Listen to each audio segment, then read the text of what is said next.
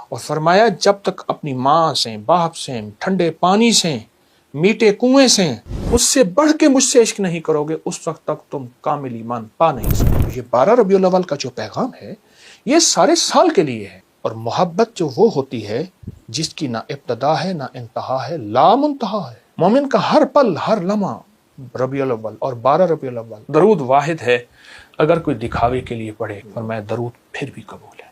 مومن کا ہر پل ہر لمحہ ہر لہجہ ہر صبح ہر شام ربیع الاول ہے۔ مومن کبھی ساعتوں اور لمحوں کی محبت نہیں کرتا، اور محبت جو وہ ہوتی ہے جس کی نہ ابتدا ہے نہ انتہا ہے، لا منتہا ہے۔ میرے آقا کملی والی کی محبت ماں سے، باپ سے، مرشد سے، آقا سے، باس سے، بڑے سے بڑھ کے ہے، تو کیا ہم ان محبتوں کو وقتوں کی قید میں لگائیں؟ نہیں۔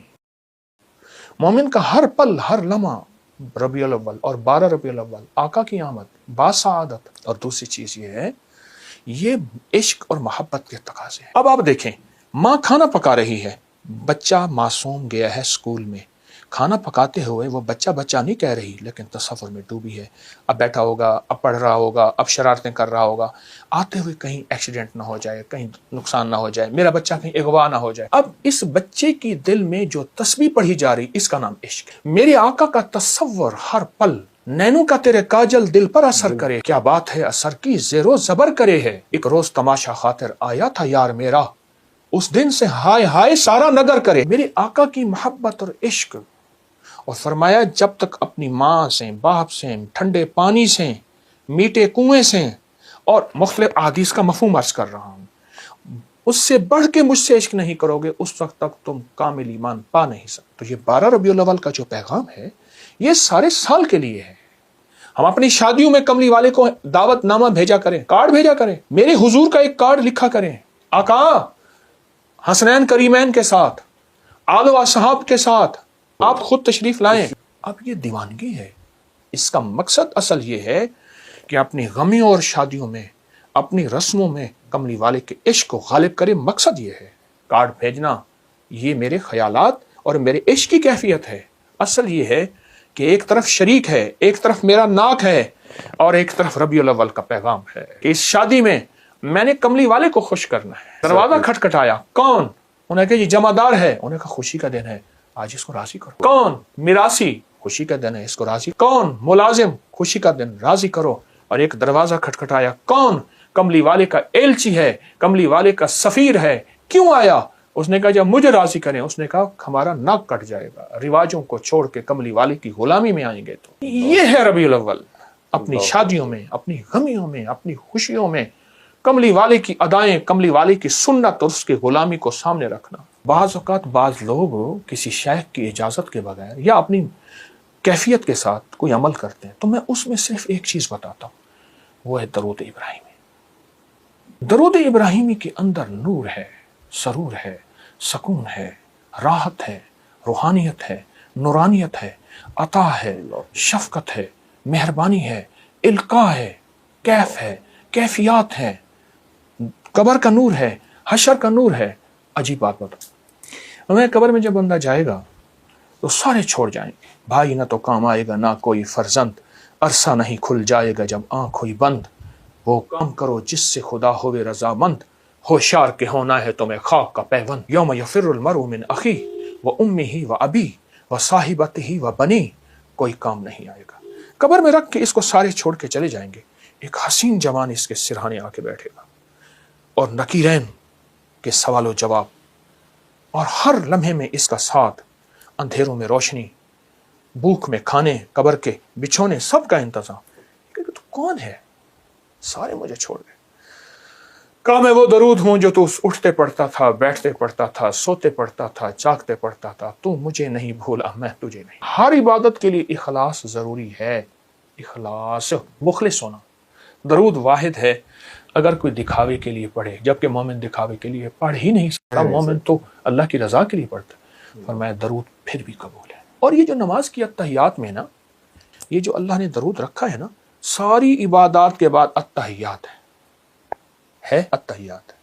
لیکن اتحیات سے پہلے آپ یہ دیکھیں، آپ ذرا غور کیجئے گا، اتحیات للہ والصلوات والطیبات، بس یہاں تک رک جائیں. جب میرے آقا معراج پہ تشریف لے گئے تو اللہ پاک نے فرمایا میرے حبیب کیا لائے؟ تو حضور نے فرمایا میں آپ کے لیے اللہ التحیات للہ والصلوات والطیبات. تو اللہ پاک نے اس کا جواب دیا السلام علیکم ایھا النبی ورحمۃ اللہ وبرکاتہ. اگلا بھی عجیب سوال جواب دیا. اللہ پاک نے عجیب عطا فرمائی. کیا؟ قیامت تک کے لیے آپ جیسے مجھ جیسے ضعیفوں اور کمزوروں کے لیے بھی اللہ نے ایک عطا کر دی. السلام علینا وعلی عباد اللہ الصالحین. اے میرے حبیب آپ جب جائیں گے نا آپ کی غلامی کرنے والوں کے لیے بھی میرے سلام. آپ غور کریں. اچھا اب اس کے بعد اگلی کہانی اور سچی کہانی.